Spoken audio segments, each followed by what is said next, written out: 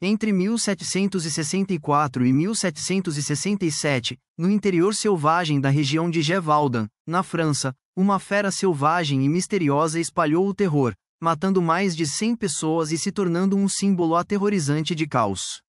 Essa criatura enigmática, que despertava medo e fascínio ao mesmo tempo, lançou uma sombra sombria sobre uma França que clamava por iluminação, mas ainda carregava superstições antigas. Seu reinado implacável de terror cativou a imaginação da época e deixou uma marca inesquecível na história. Quer descobrir toda a história por trás dessa lenda assustadora? Então, mergulhe nos detalhes incríveis de um dos animais mais famosos da França. Na manhã enevoada de 1764, as vilas pacatas de Gévaudan despertaram com sussurros de terror. As florestas ameaçadoras escondiam mais do que folhas balançando ao vento. Sussurravam rumores de uma fera, grande, feroz, implacável. Os rumores se espalharam rápido, acendendo medos primitivos.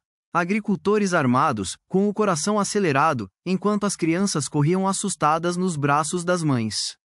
A delicada sensação de ordem na sociedade começou a se romper, enquanto as sombras do desconhecido se alongavam cada vez mais.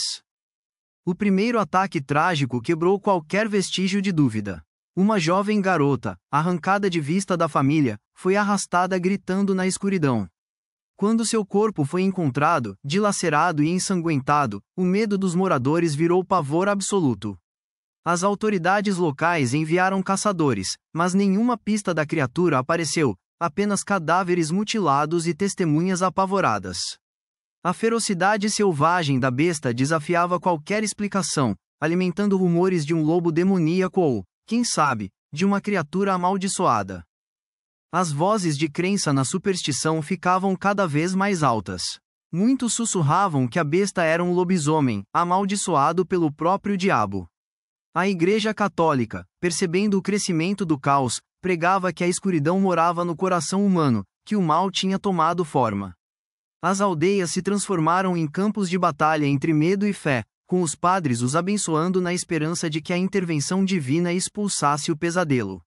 Mas, noite após noite, os ataques continuavam, alimentando o ciclo de terror. Em meio a esse caos, surgiram caçadores corajosos, alguns motivados pelo ouro, outros pela vontade de proteger. Pioneiros como Jean Chastel, que enfrentaria a criatura mais tarde, prepararam armadilhas e armas, colocando suas vidas em risco numa luta quase impossível. Em reuniões secretas, os moradores discutiam se a besta era um monstro ou um homem disfarçado, uma ideia ainda mais assustadora. A linha entre mito e realidade se confundia à medida que a criatura continuava sua devastação. Em 1765, após esforços incessantes, os caçadores conseguiram matar vários lobos, mas os ataques não pararam. Rumores diziam que a besta não era um lobo comum, talvez um híbrido ou um cão selvagem de tamanho monstruoso. A lenda ganhava força, tornando-se um símbolo da impotência da humanidade diante das forças mais sombrias e primais da natureza. O medo se espalhou por toda a sociedade de Gévaudan. Famílias trancafiavam suas casas, a esperança se esvaía enquanto a criatura permanecia evasiva, um pesadelo vivo. No mesmo ano, um jovem nobre chamado Dizessartes resolveu caçar a fera. Com um pequeno grupo de homens treinados, ele entrou na sombra da floresta, as lanternas lançando luzes tremeluzentes contra a escuridão que sussurrava ao redor.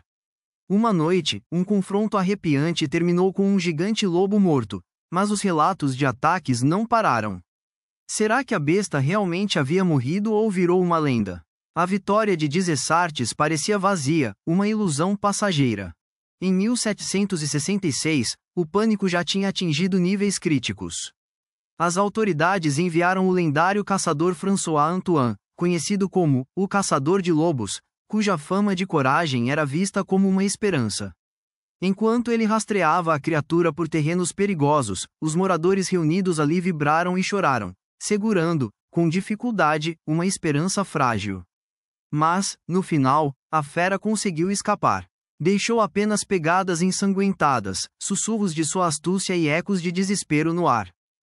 O ápice aconteceu no verão de 1767. Jean Chastel, um pastor da região, voltou ao local armado com uma misteriosa bala de prata, que dizia-se ser abençoada e feita para matar monstros. Numa noite fatídica, ele confrontou a criatura, cujos olhos brilhavam com uma inteligência fora do normal. Em uma luta intensa, a besta foi atingida, caiu e morreu.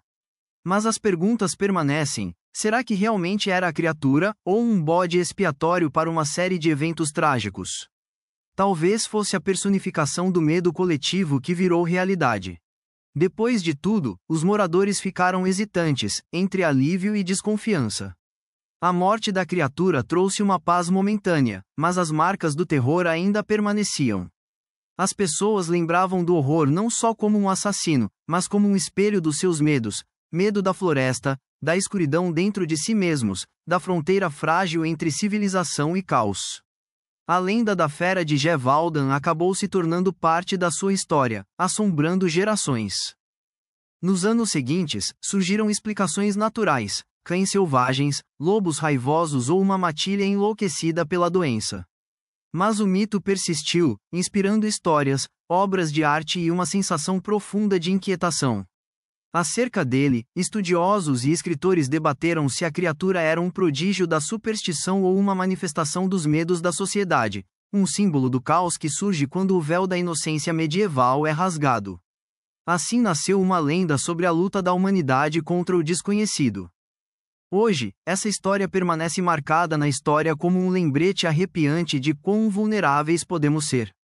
A fera de Gévaudan nos desafia a refletir sobre o que existe por trás da aparência da civilização, os medos mais primitivos, as trevas e a capacidade tanto de horror quanto de heroísmo que vivem dentro de nós. Ensina que, às vezes, os monstros não nascem das sombras, mas das nossas próprias ansiedades mais profundas e dos desconhecidos que guardamos lá no fundo. E nos convoca a enfrentá-los, não a fugir deles. Ao relembrarmos o pesadelo de Gévaudan, vemos um reflexo dos temores modernos: medo do sobrenatural e do racional se entrelaçam, nos lembrando que os maiores monstros muitas vezes estão dentro de nós. Essa história nos convoca a enfrentar nossos medos com coragem, buscar compreensão quando o caos reina e reconhecer que, mesmo na escuridão, a esperança pode nascer. A fera pode ter caído, mas seu legado permanece: uma lição atemporal sobre a tensão constante entre o medo e a fé.